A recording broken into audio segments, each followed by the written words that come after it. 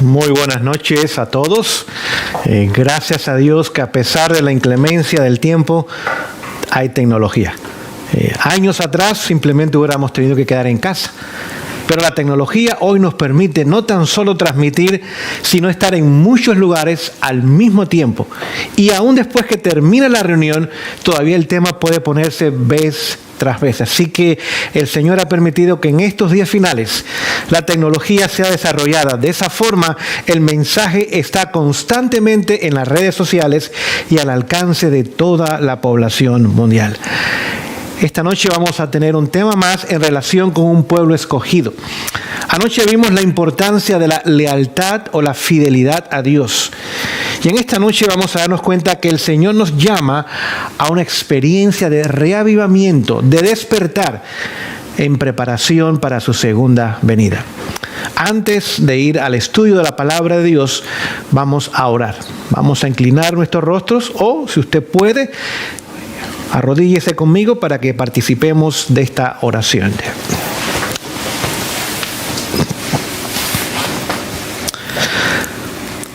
Amoroso Padre Celestial, en esta noche te agradecemos porque continúas profundamente interesado en cada uno de nosotros. Gracias, Señor, por estos medios a través de los cuales podemos compartir el mensaje aún cuando no podemos salir de nuestros hogares. Señor, permite que la transmisión, que las cámaras, el sonido, sea de bendición, que aquellos que reciban el mensaje, ya sea en este momento o en un futuro cercano o lejano, sea también de bendición para ellos. Sabemos que tu palabra nunca regresa vacía y cumple el objetivo por el cual ha sido enviada. Señor, en esta noche usa al portador, que yo pueda simplemente esconderme en ti, tú seas exaltado, tu palabra presentada en forma sencilla, clara, pero el Espíritu Santo la lleva a los corazones, impacte, transforme vida y nos ayude en nuestra experiencia contigo. Permítenos estar tranquilos, reverentes, no distraernos aunque estemos en la comodidad de nuestros hogares y permitir, Señor, que la transmisión sea de bendición para nosotros. En el nombre de Jesús. Amén.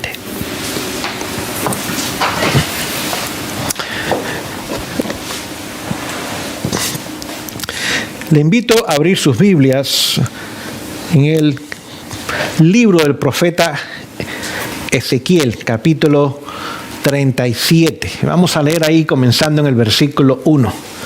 Ezequiel, capítulo 37, versículo 1 en adelante. Dice lo siguiente: y la mano de Jehová vino sobre mí y me llevó en el espíritu de Jehová. Y me puso en medio de un campo que estaba lleno de huesos. Así que vamos a detenernos ahí. En primer lugar, Dios toma a su hombre, a su profeta, a su mensajero, y lo lleva no a un cementerio. No olvide, en los cementerios no hay huesos sobre la faz de la tierra. Los huesos están enterrados. Lo llevó a un campo.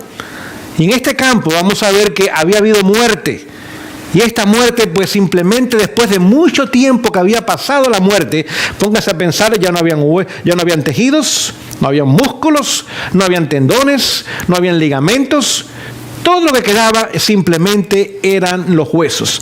Así que la muerte había tomado lugar, nadie había enterrado aquellos cadáveres, se habían descompuesto las carnes, los gusanos habían consumido lo que quedaba y ahora todo lo que se podía observar y todo lo que había sobre la faz de la tierra eran huesos. Vamos a leer el verso 2.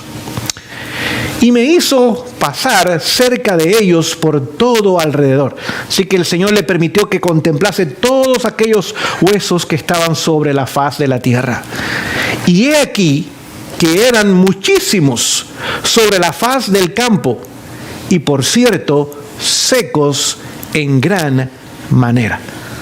Así que algo le llamó la atención al profeta, y era que eran muchos huesos. Así que era un lugar donde en un pasado habían habido mucha gente, pueblo, multitudes, poblaciones. Nada quedaba excepto huesos. Y lo segundo que le llama la atención no es la cantidad de huesos que habían, sino que estos huesos estaban muy secos. Es decir, que había sido un largo proceso el que había tomado lugar hasta el momento donde Dios llama la atención de su profeta a la condición de aquellos huesos. Posiblemente años, décadas habían pasado antes que fuese llevado alguien a aquel campo cubierto de huesos secos. Continuamos la lectura en el verso 3. Y me dijo: Hijo de hombre, ¿vivirán estos huesos? Y dije: Señor Jehová, tú lo sabes. Así que ahora el profeta escucha la voz de Dios y le hace una pregunta. Lo que él podía observar no le daba a entender a él que había ninguna posibilidad de vida. Y cuando Dios le hace la pregunta que parece contradictoria, ¿podrán estos huesos secos regresar a la vida? El profeta dice: Señor, yo personalmente no creo. Es pesimista lo que estoy viendo. Pero quién sabe, tal vez tú lo puedas hacer. Así que desde el punto de humano no había posibilidades. Pero el profeta reconoce que Dios puede ofrecer esperanza, pero también puede ofrecer promesa de vida. Verso 4. Me dijo entonces: profetiza sobre estos huesos y diles: huesos secos, oíd palabra de Jehová. Nos detenemos una vez más. ¿Qué mensaje recibe el profeta? No olvide, los profetas hablaban por Dios.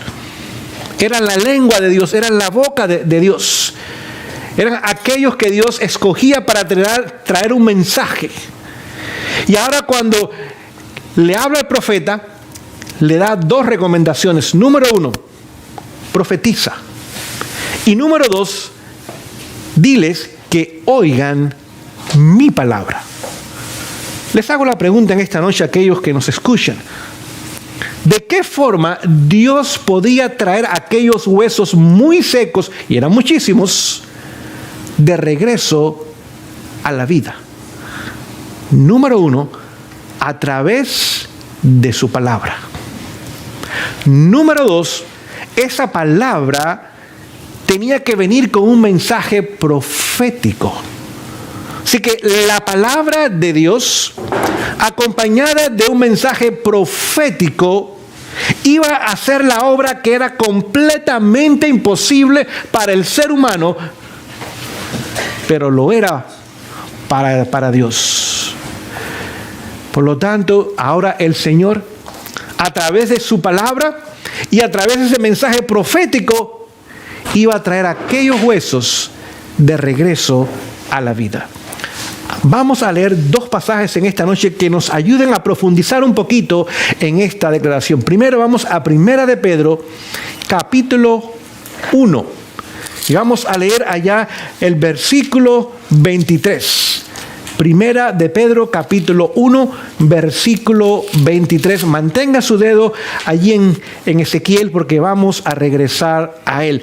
Escuchen, Primera de Pedro 1, 23 dice: siendo renacidos, es decir, regresando a la vida, no de simiente corruptible, sino de incorruptible, por la palabra de Dios que vive y permanece para siempre. Así que la palabra de Dios es eterna, no conoce la muerte, no deja de existir. Y dice que a través de esa palabra podemos ser renacidos y también traídos a la vida y traer frutos de permanencia. Así que otra vez vemos cómo la palabra de Dios puede tomar aquellos huesos secos y traerlos ahora de regreso a la vida. Vamos a continuar nuestra lectura en el libro de Ezequiel. Dice lo siguiente, verso 5. Así dice Jehová, el Señor, a estos huesos. Así que ahora el profeta está dando el mensaje a los huesos que Dios le había dado. Note, no da su opinión, no hace cuentos, no hace chistes, no entretiene a la gente, sino dice, así dice Jehová a estos huesos. He aquí, yo hago entrar espíritu en vosotros y viviréis. Y pondré tendones sobre vosotros y haré subir sobre vosotros carne y os cubriré de piel y pondré en vosotros espíritu y viviréis. Y sabréis que yo soy Jehová. ¿Cuál es el objetivo de traer estos huesos secos a la vida? De que ellos pudiesen reconocer al Dios de los cielos y también al Dios de la tierra, al Salvador del mundo. Verso 7. Escucha esta palabra, profeticé. Así que la palabra de Dios dada por el profeta fue acompañada de ¿qué? De profecía. Pues como me fue mandado, así que estoy siguiendo la orden que el Señor me ha dado. Da mi palabra y acompáñala de eventos y cumplimientos proféticos. Y hubo un ruido mientras yo profetizaba. Comenzamos a darnos cuenta, mientras la palabra era dada y la profecía era dada, ahora comienza a haber un ruido. Mientras que todo eran huesos secos, muy secos, y eran muchos, y no había nada de ruido, ahora comienza a haber un movimiento. Vamos a ver qué significa esto. Y he aquí un temblor. Y los huesos se juntaron cada hueso a su hueso. Y miré. Y aquí tendones sobre ellos, y la carne subió, y la piel cubrió por encima de ellos, pero no había en ellos espíritu. Vamos a detenernos un momento ahí. ¿Comenzaba la palabra de Dios a tener un impacto sobre los huesos secos? Sí. Comenzaba el mensaje profético a unir aquellos huesos. Nos dice que cada hueso se unió con su hueso. Aquellos que había estado unidos en un tiempo y con vida, que ahora había muerto y no quedaba carne, ni tejido, ni piel sobre ellos, y los huesos ahora estaban desunidos, ahora comenzaron a hacer una obra de unificarse, de unirse, y ahora comenzaba a haber tendones, carne y piel sobre ellos. Note, en poco tiempo, apenas en unos segundos, la palabra de Dios comenzaba a tener un impacto sobre aquellos huesos secos. Como oramos para iniciar, la palabra de Dios nunca regresa vacía, dice el profeta Isaías, capítulo 55, versículo 11, y que cumple el objetivo o el propósito o la razón por la cual Dios le envía.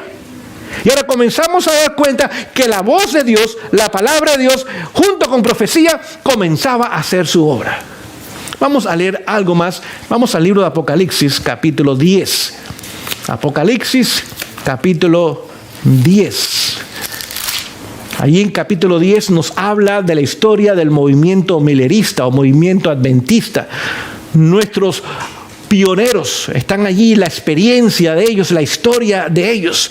El capítulo 10, y vamos a leer ahora el versículo 11, que es el último versículo del capítulo 10, dice, y él, es decir, Jesús, que es aquel ángel poderoso que descendió del cielo para darle poder al Espíritu y también poder al mensaje y poder a aquellos que estaban dando el mensaje del primer y el segundo ángel, dice, y él me dijo, es necesario que profetices otra vez ante muchos pueblos y naciones y lenguas y reyes. Cuando este movimiento surgió, no olvide, este movimiento fue un movimiento profético. De la misma forma que la iglesia cristiana fue un movimiento profético. Cuando Jesús muere, allá en el año 31, vemos que ahora se cumplía la profecía de Daniel capítulo 9. 70 semanas o 490 años han sido dados o determinados para tu pueblo, le dice Dios a Daniel. Y Jesús, como lo indicaba la última semana, a la mitad de la semana iba a morir. El Mesías o el ungido, la palabra Mesías significa ungido, es lo mismo que la palabra Cristo. Mesías es en hebreo, Cristo es en griego, pero tienen el mismo significado, ungido. El ungido a la mitad de la semana iba a dar su vida. Cuando Jesús muere en el año 31, se cumple esa profecía. Exactamente el día de la Pascua, Jesús da su vida. Porque Él era la Pascua, el Cordero Pascual. El día de la Pascua era el día de la independencia, cuando el pueblo de Dios salió de Egipto y celebraba esa independencia cada año. Y Jesús, que es nuestro libertador de la esclavitud del pecado, mucho más férrea que la esclavitud de Egipto, como Cordero que quita el pecado del mundo, aquel día fue ofrecido para que hubiese salvación para toda la raza humana. Y fue un mensaje, y ese mensaje iba acompañado de ¿qué? De cumplimiento profético. Déjenme leerles el libro deseado de toda la gente, una porción en la página 198 a la 199, dice lo siguiente. Escuche. La nota predominante de la predicación de Cristo, el ungido, el Mesías, era: el tiempo es cumplido. ¿Qué tiempo se refería Jesús acá? Y estas palabras están tomadas del Evangelio de Marcos, capítulo 1. Jesús conocía que las 70 semanas habían llegado a su última semana y que el inicio de su ministerio, 3 años y medio, indicaba el inicio de la última semana que había sido dada como misericordia a la nación de Israel. Y cuando comienza su ministerio, y este ministerio fue el más impactante y el mejor ministerio que alguna vez se haya realizado en el planeta Tierra, dice que la nota predominante del mensaje de Cristo era que el tiempo profético era cumplido y el reino de Dios estaba cerca. Arrepentíos, escuchen, y crean al Evangelio. Así el mensaje evangélico, tal como lo había dado el Salvador mismo, se basaba en las profecías. Captamos la mezcla. El Evangelio, ¿qué significa la palabra Evangelio? Buenas nuevas, buenas noticias, noticias que traen gozo. La palabra es mucho más profunda que simplemente noticia. Es una noticia maravillosa que trae mucho gozo a la persona. Esa es la traducción más cercana de la palabra evangelio. Y el evangelio, el cual Jesús predicó, iba acompañado desde su mismo comienzo hasta el momento que Jesús da su vida de un llamado y de un mensaje profético. Pero ahí no terminó la profecía de Daniel 8:14. Eran 2300 años. Las 70 semanas fueron cortadas o quitadas de aquella profecía. Pero todavía la profecía iba a extenderse 1810 años después del apedreamiento de Esteban. ¿Qué profecía se cumple entonces en el año 1844? El cumplimiento completo y final de la profecía de Daniel 8:14. ¿Qué sucede con ese cumplimiento profético? Ese cumplimiento profético señala 3 cosas muy importantes. Número 1, Jesús pasa del lugar santo al lugar santísimo, como el reloj profético lo indicaba. Número 2, comienza la proclamación o la predicación del mensaje del tercer ángel. Número 3, ahora Dios levanta un remanente que sale de la simiente de la mujer, Apocalipsis 12:17, que guarda sus mandamientos y tiene el testimonio de Jesús. Otra vez, cuando la profecía lo indicaba, como fue el inicio de la iglesia cristiana, con el apedreamiento de Esteban, cuando terminaron las 70 semanas, ahora, ¿qué sucede? Ahora vemos el inicio de la iglesia cristiana y ahora el evangelio va al mundo entero. De la misma forma Jesús muere, profecía cumplida. ¿Qué sucede 50 días más tarde? Ahora el Espíritu Santo desciende sobre los apóstoles, el Pentecostés. ¿Qué sucede después, 3 años y medio más tarde? El apedreamiento de Esteban termina en las 70 semanas, pero todavía la profecía indicaba 1810 años más y nos lleva al año 1844. Este movimiento adventista del séptimo día no es casualidad. No llegó a la historia porque tenía algo que suceder. No llegó a la historia cuando alguien pensaba que algo tenía que suceder. Llegó a la realidad de la historia cuando el reloj profético de Dios lo marcaba. Comencemos a entender cómo este mensaje evangélico de las buenas nuevas tiene que estar acompañado de un mensaje profético. Somos un pueblo de origen profético. Y cuando Jesús le está dando las últimas enseñanzas, amonestaciones, consejos al movimiento de Apocalipsis 10, que es el movimiento milerista, adventista, dice, no te olvides, es necesario, no es opcional, es necesario que profetices otra vez, que hagas énfasis en las enseñanzas proféticas de Daniel y de Apocalipsis. Y que lo hagas sobre las naciones, tribus, pueblos y reyes. Nadie está exento de este mensaje. Tenemos que entender estas cosas, querido pueblo de Dios. Lamentablemente, hoy día muchos dicen, no, eso de profecía, eso no hay que predicarlo. Eso no es necesario. De todas maneras, son las mismas profecías de siempre. Eso ya está anticuado. Simplemente hablemos del Evangelio, de la invitación de Jesús. Pero si hacemos eso, no estamos haciendo lo que Jesús nos pidió que hiciéramos, ni estamos siguiendo el ejemplo que Él nos dio con su propio ministerio. El ministerio de Jesús iba acompañado del Evangelio, pero ese Evangelio iba siempre acompañado de un mensaje profético, como es nuestro mensaje. Y cuando Dios le dice al profeta Ezequiel, háblales, que oigan mi palabra, también profetízales. Este libro está compuesto de 66 libros. Es más, la palabra Biblia es la palabra plural que significan libros. El 26% de las Sagradas Escrituras son profecías. Si por cualquier razón usted descarta las profecías, usted está descartando un 26% de las Sagradas Escrituras. Y el Señor nos dice, bajo inspiración, que toda escritura es inspirada por Dios.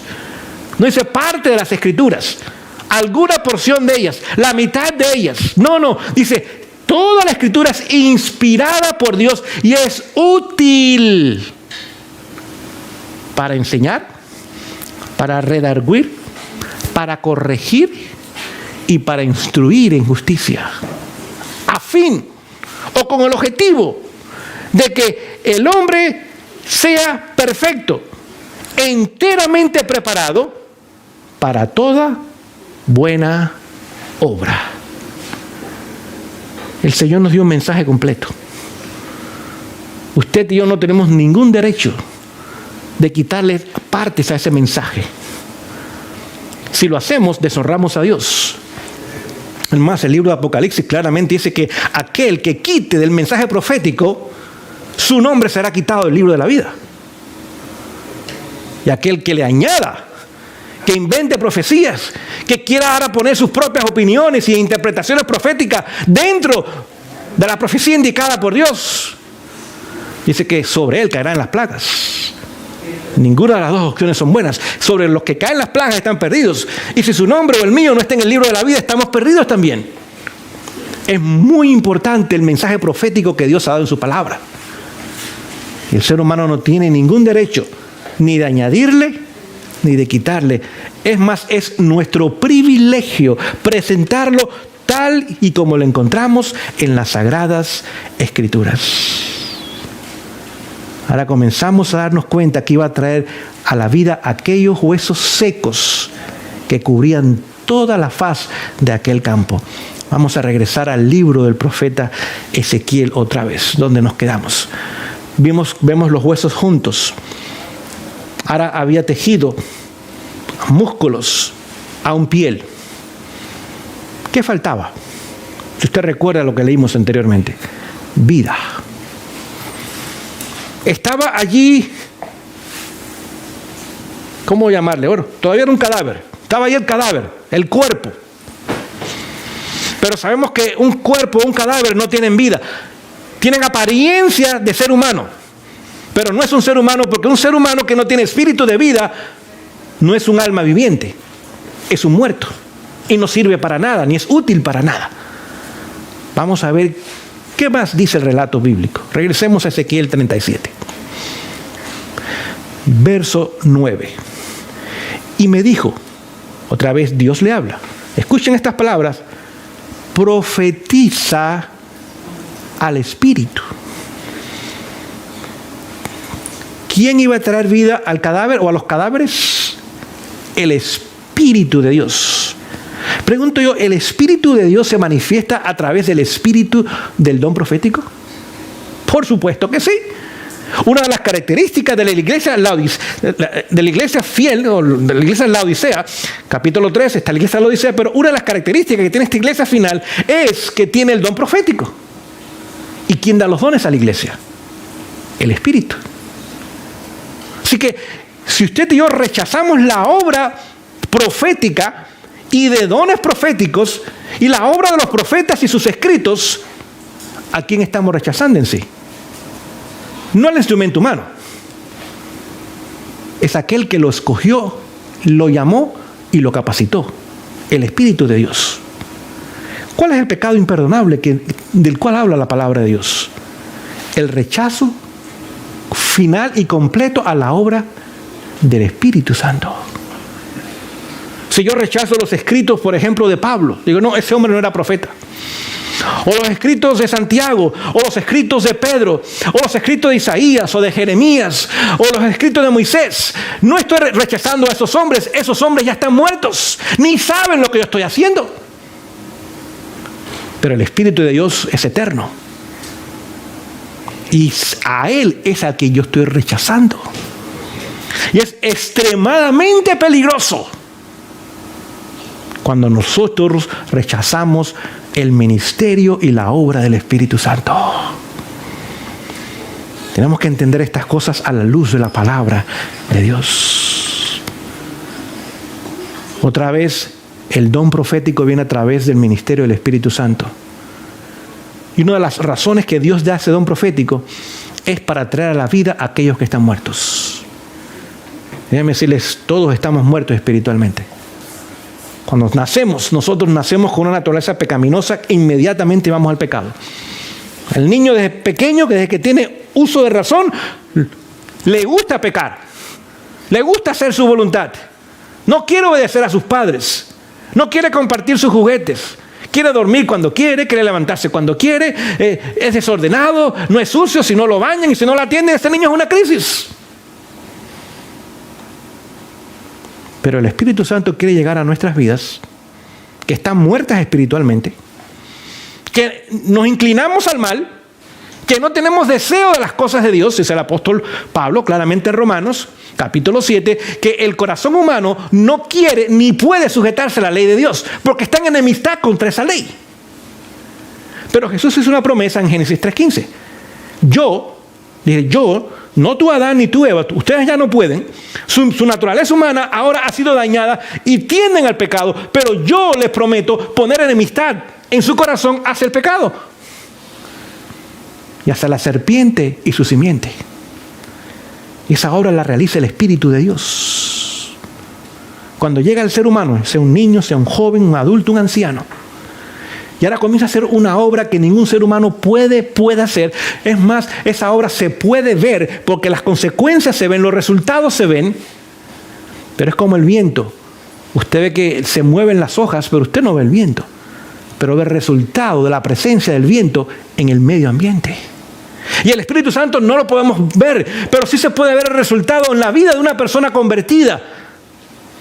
Porque ahora hay nuevas inclinaciones en su vida. El muerto espiritual ahora viene a la vida.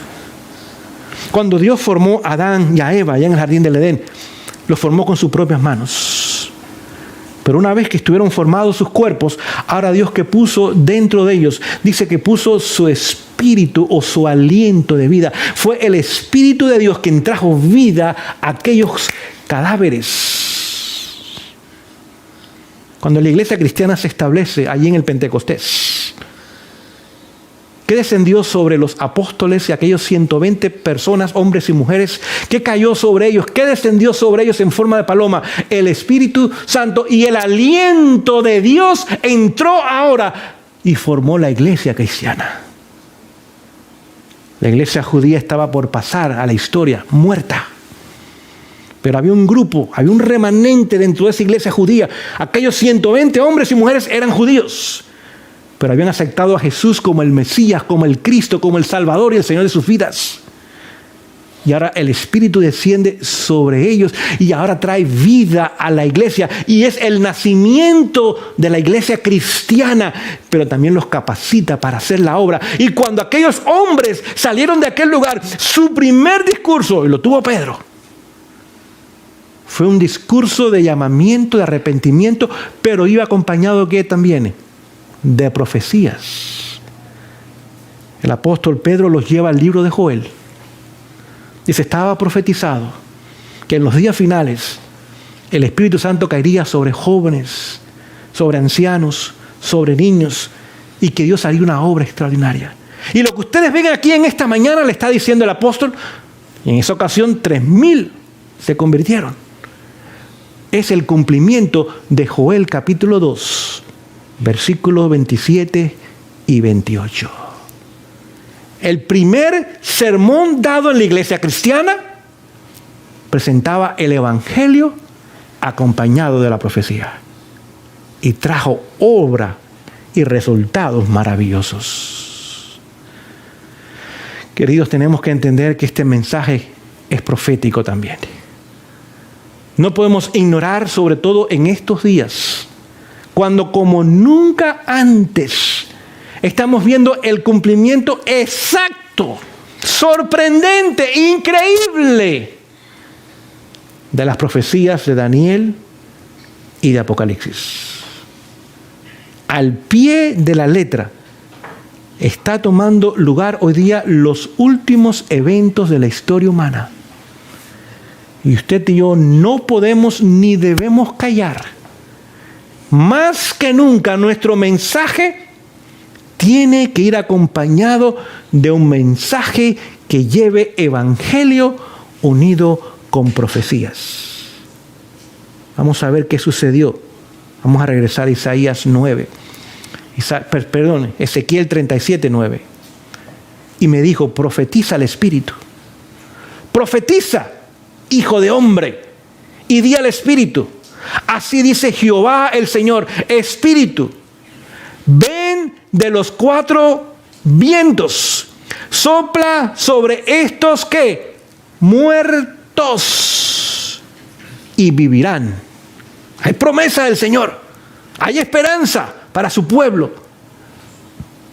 Y profeticé, otra vez vemos el mismo énfasis, como me había mandado. Así que la profecía que él recibió, exactamente como la recibió, él la dio. Y la profecía que Dios nos ha dado, y los cumplimientos proféticos que nos ha dado, y la interpretación profética que nos ha dado, exactamente debemos dar al mundo. No debemos cambiar nada, ni quitar, ni poner. Y entró espíritu en ellos. ¿Y qué pasó entonces? Y vivieron. Y estuvieron sobre sus pies un ejército grande en extremo. Vemos el cambio grande que hubo. Al principio de la visión, ¿qué es lo que era grande? Los huesos que cubrían la faz de la tierra. Al final de la visión, ¿qué es grande? No son huesos ni son muertos, es un ejército. Y cuando el ejército está de pie, ¿es señal de qué? De que el ejército está listo. Que el ejército está listo para hacerle frente al enemigo. Que el ejército está listo para seguir las órdenes de su general y cumplirlas y alcanzar la victoria. ¿Cómo tomó lugar todo eso?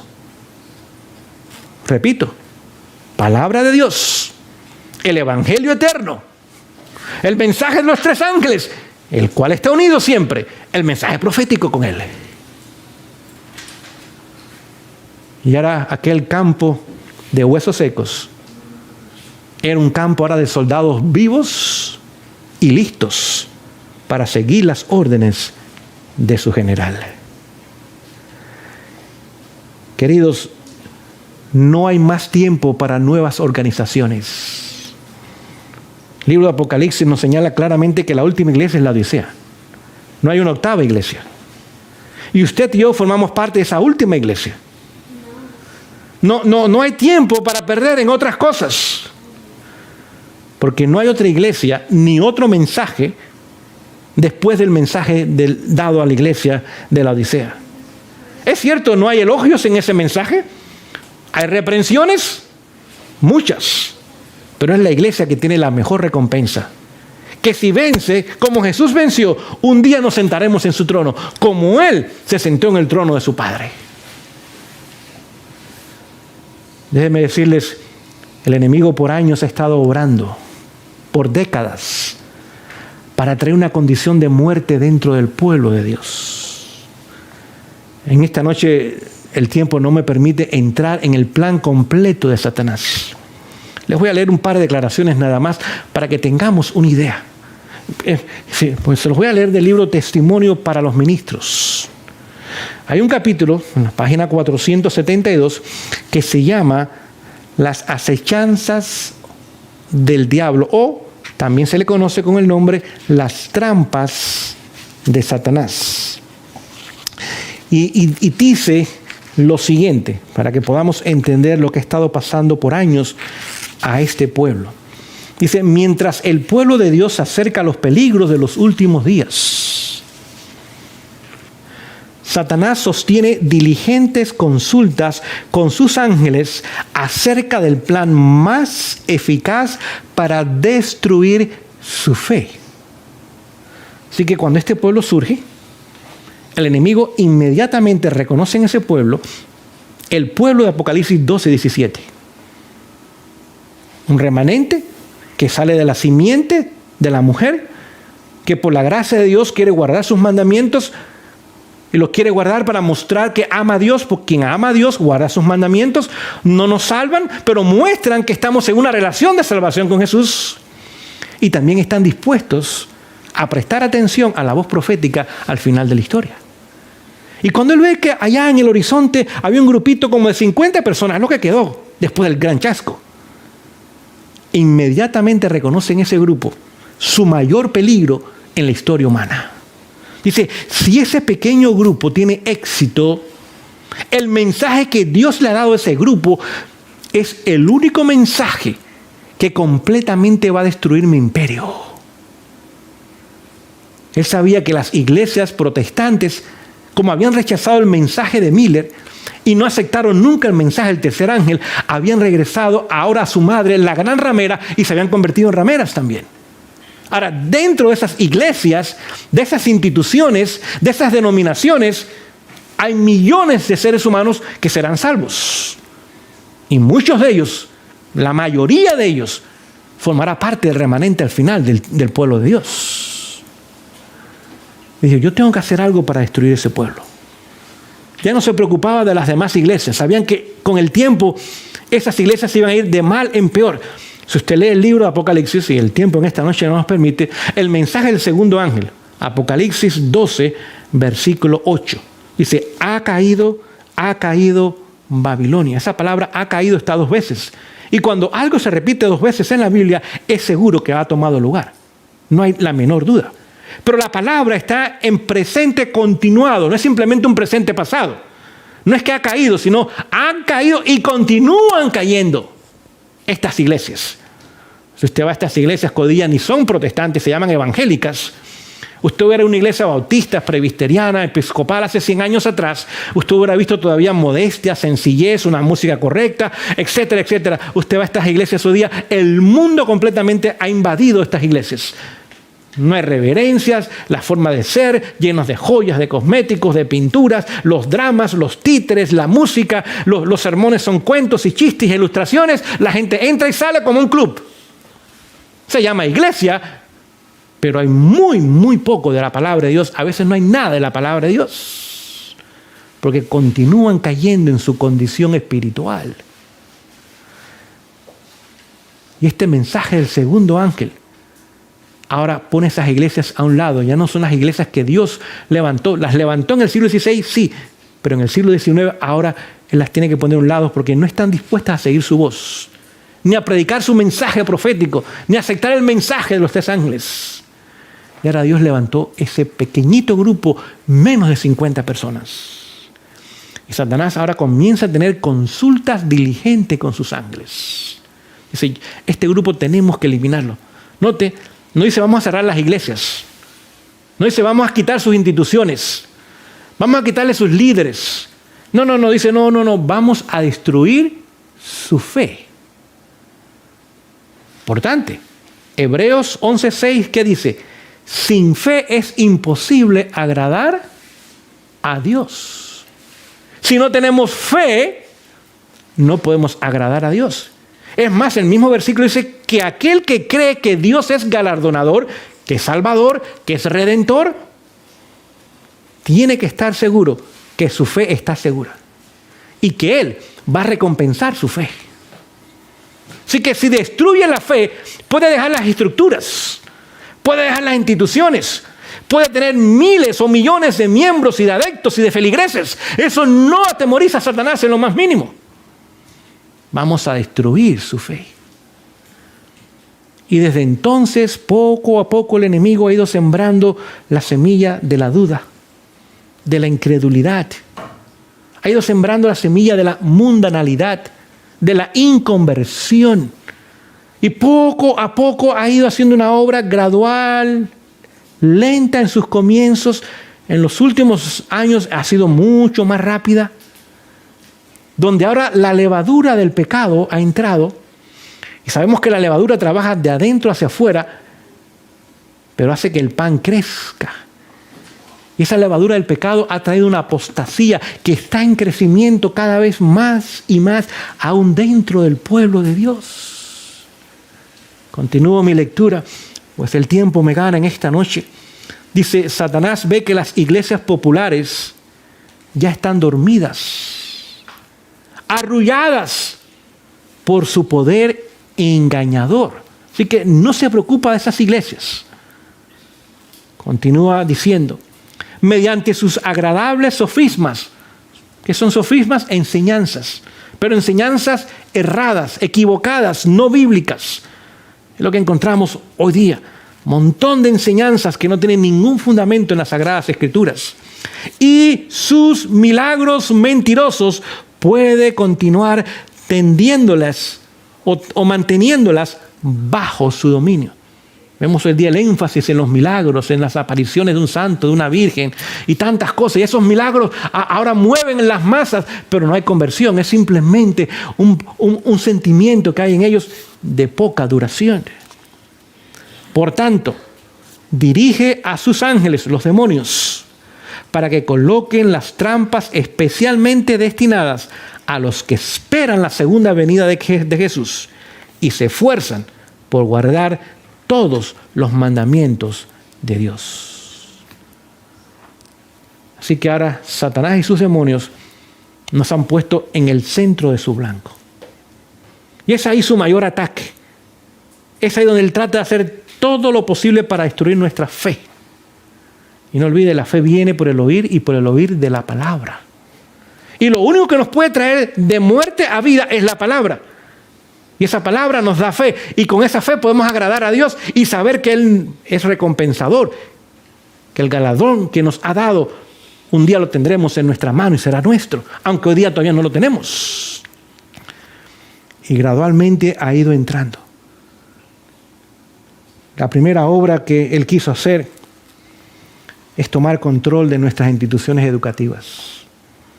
Porque ahí están los jóvenes y los niños, mentes frescas, que son esponjas, fácilmente se pueden formar todavía. Ahí saldrían líderes, pastores, ministros, misioneros, colportores, profesores. De ahí saldrían doctores, enfermeras, etcétera, etcétera.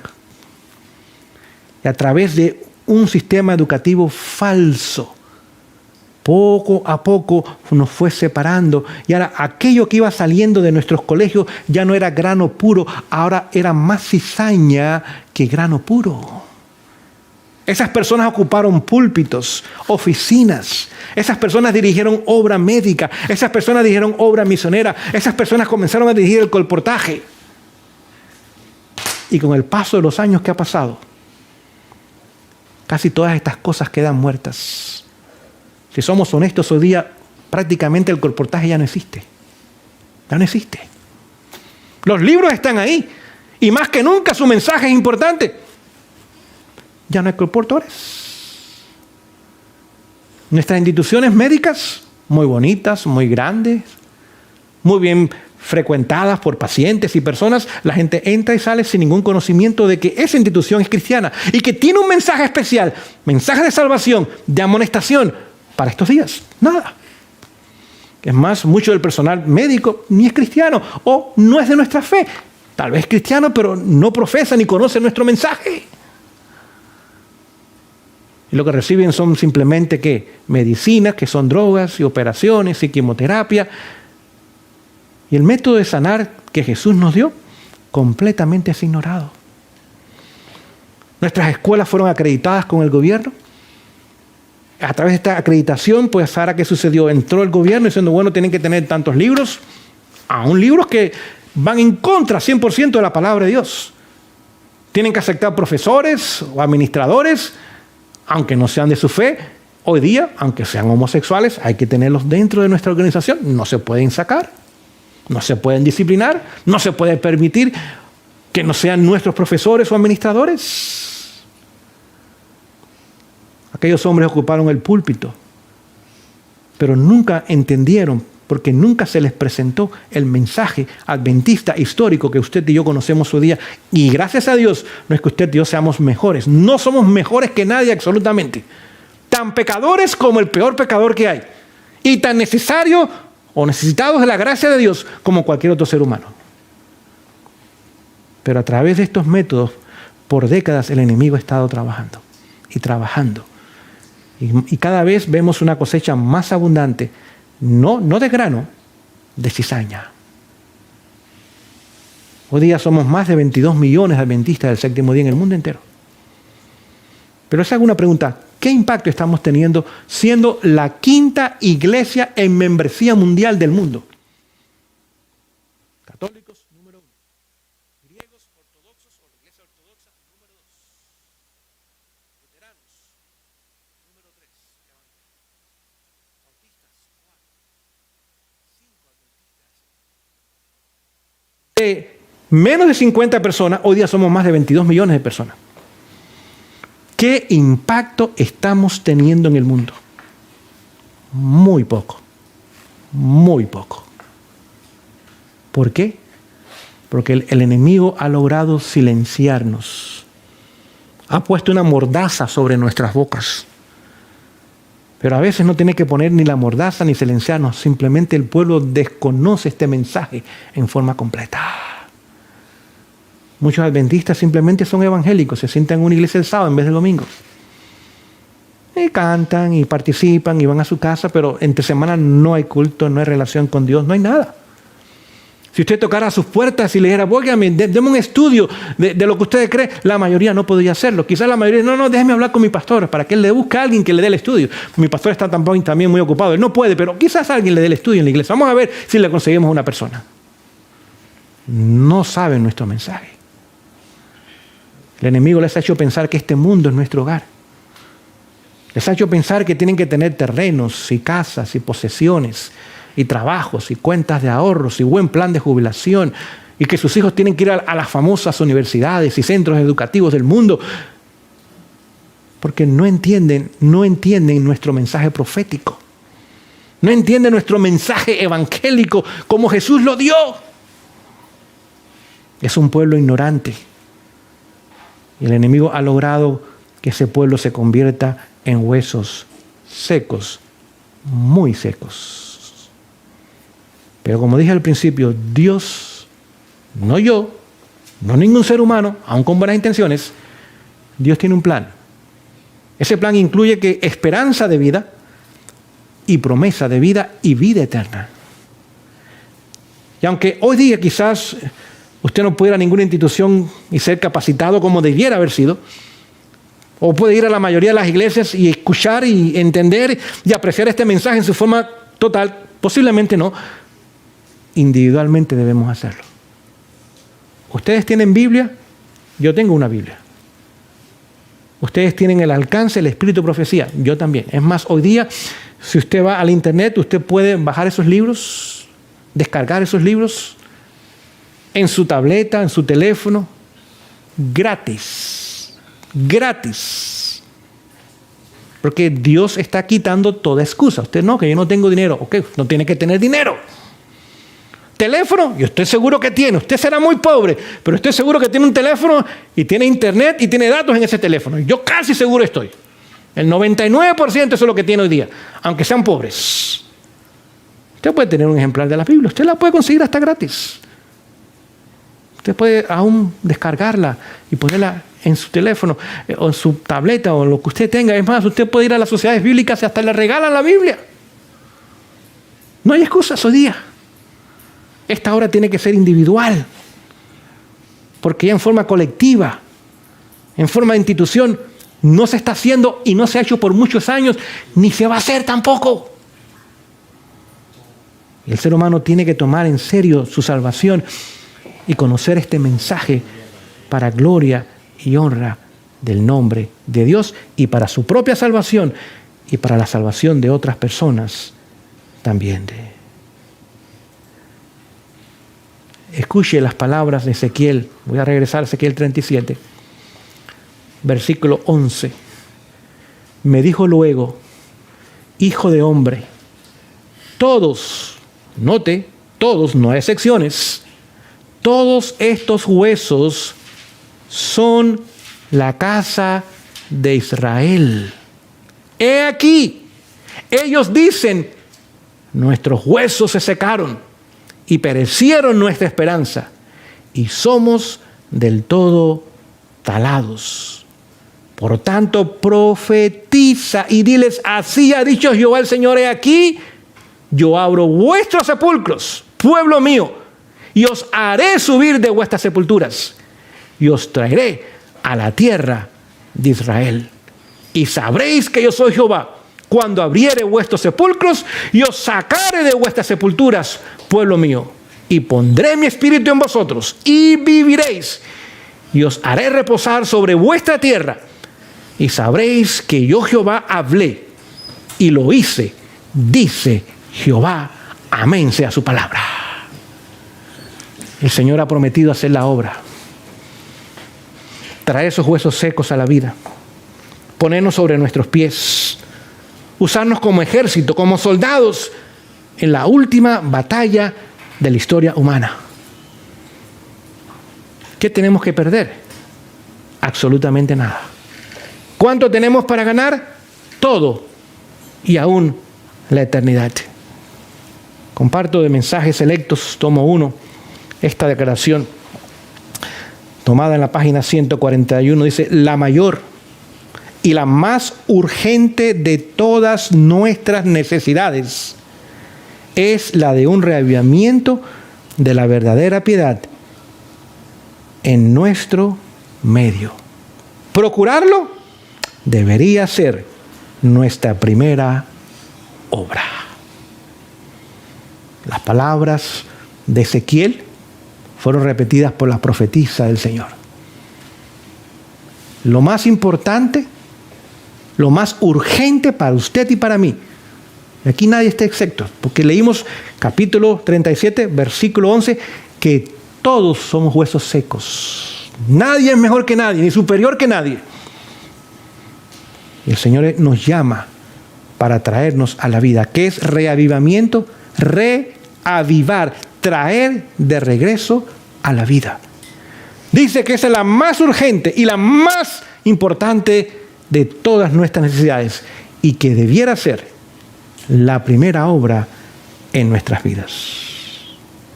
Para terminar en esta noche, si usted desea, sigue estudiando capítulo 38 capítulo 39. Estos 3 capítulos, 37, 38 y 39, son capítulos que deben estar unidos. Usted va a ver que cuando era Dios levantó a aquellos hombres y mujeres que eran huesos secos, los puso en pie, los armó como soldados para la batalla final y para la victoria final. Dice que ahora estaban unidos. Usted tendría que seguir leyendo el capítulo 37. Ahora va a haber un pueblo unido al final. En los días de Ezequiel, no olvide, el pueblo estaba separado. Estaban las tribus del norte, que habían sido llevadas al exilio a Siria, y estaba la tribu de Judá y Benjamín, que ahora estaba en el exilio en Babilonia. Pero a medida que usted va leyendo el capítulo 37, dice Dios, no, yo voy a tener un solo pueblo. De los dos, yo voy a hacer un solo pueblo. Hoy día lo que tenemos es desunión, y lo podemos ver. Este es un pueblo que todavía no está unido, pero el Señor, cuando despierte aquellos huesos secos y los levante, tendrá un solo pueblo. Hoy estamos divididos entre liberales y conservadores, entre los que trabajan para la asociación, los que son de sostén propio. Hoy día es de la Reforma, hoy día son adventistas, hoy día de la vara del pastor y no sé, davidianos y cuántos otros grupos más pueden haber por ahí. Y todos estos grupos tienen en común el hecho de que tuvimos el mismo origen, pero después hubo separaciones. El Señor va a eliminar todo eso. Con su ejército final, con su pueblo final, reavivado, despertado, traído a la vida, va a haber un solo pueblo. Va a haber una sola cabeza. Jesús, nuestro Salvador. ¿Qué pasa en el capítulo 38? Ahora vemos que Gog y Magog se levantan. Si usted va a Apocalipsis, de ahí lo tomó Juan. ¿Quiénes son Gog y Magog? Son los enemigos de Dios al final de la historia humana. Cuando el pueblo se reaviva, inmediatamente Satanás le hace la guerra. ¿Por qué hoy día no hay persecución? ¿Por qué todavía hoy día estamos tranquilos y demás? Porque Satanás no tiene nada que perseguir a la iglesia cristiana hoy día. Él la tiene en su bolsillo y bien adentro en el bolsillo. Y a la inmensa mayoría de los que debiéramos estar despiertos, todavía estamos bajo su control. No tiene que perseguirnos, al contrario, quiere que continuemos dormidos y muertos como huesos secos. Pero cuando el reavivamiento tome lugar, y tomará lugar, y hoy día no lo vemos, pero Dios está levantando un pueblo aquí y allá mundial. Hoy día Dios está haciendo una obra secreta a la vista humana, pero no a la vista de Dios. Hombres y mujeres se están despertando y levantando, estudiando las Escrituras, buscando al Señor, orando. Y este reavivamiento pronto lo vamos a presenciar dentro del pueblo de Dios. E inmediatamente va a venir la persecución entonces. Gog y Magog se levantarán contra el pueblo de Dios y unirán al mundo, si usted lee capítulo 38, para hacerle la oposición y la guerra al pueblo de Dios. Capítulo 39. Dios interviene. Y las fuerzas y el ejército del enemigo es destruido. Es destruido. Y su pueblo ahora entra a la promesa de una relación estrecha con Jesús y a la tierra prometida. Ese es el resumen de esta noche. Queridos hermanos, les animo en el nombre del Señor a hacer de este reavivamiento nuestra primera obra cada día de nuestras vidas. Y no permitir que nada ni nadie nos detenga de que esta obra sea hecha en nuestros corazones. Animemos, ayudemos a otros a animarse, a motivarse, a buscar al Señor, pero si otros no lo hacen, si mi esposa no lo quiere hacer o mi esposo no lo quiere hacer, si mis hijos no quieren seguir el plan de Dios o mis hijas no quieren seguir el plan de Dios, mis vecinos, mis compañeros de trabajo, mis hermanos de iglesia, no tienen interés en estas cosas, por la gracia de Dios individualmente, usted y yo vamos a continuar. Perdón.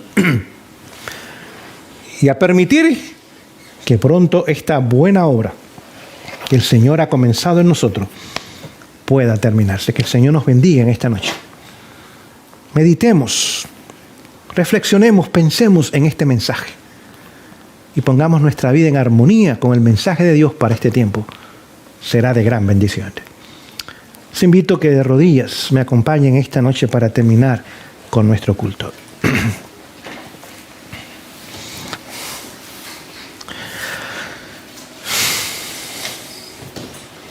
Oh Dios, queremos agradecerte por este momento de estudio en esta noche. Después de un día de trabajo, de responsabilidades, de entradas, salidas, compras, ventas, pudimos hacer una pausa de 1 hora para venir a tu presencia. Señor, bendice este tiempo dedicado a ti. Y ayúdanos que el mensaje, aunque sencillo, imperfectamente presentado, pueda impactar nuestros corazones, inquietar nuestras conciencias, motivarnos a una experiencia mucho más profunda en las cosas espirituales y hacer de Jesús el dador de la vida de esos huesos secos que somos nosotros. Señor, tráenos a la vida y manténnos con vida. Queremos formar parte de tu ejército final. Queremos vindicar tu nombre y queremos ver los últimos eventos y formar parte del último movimiento misionero mundial. Esto rogamos, esto pedimos en el nombre de Jesús. Amén.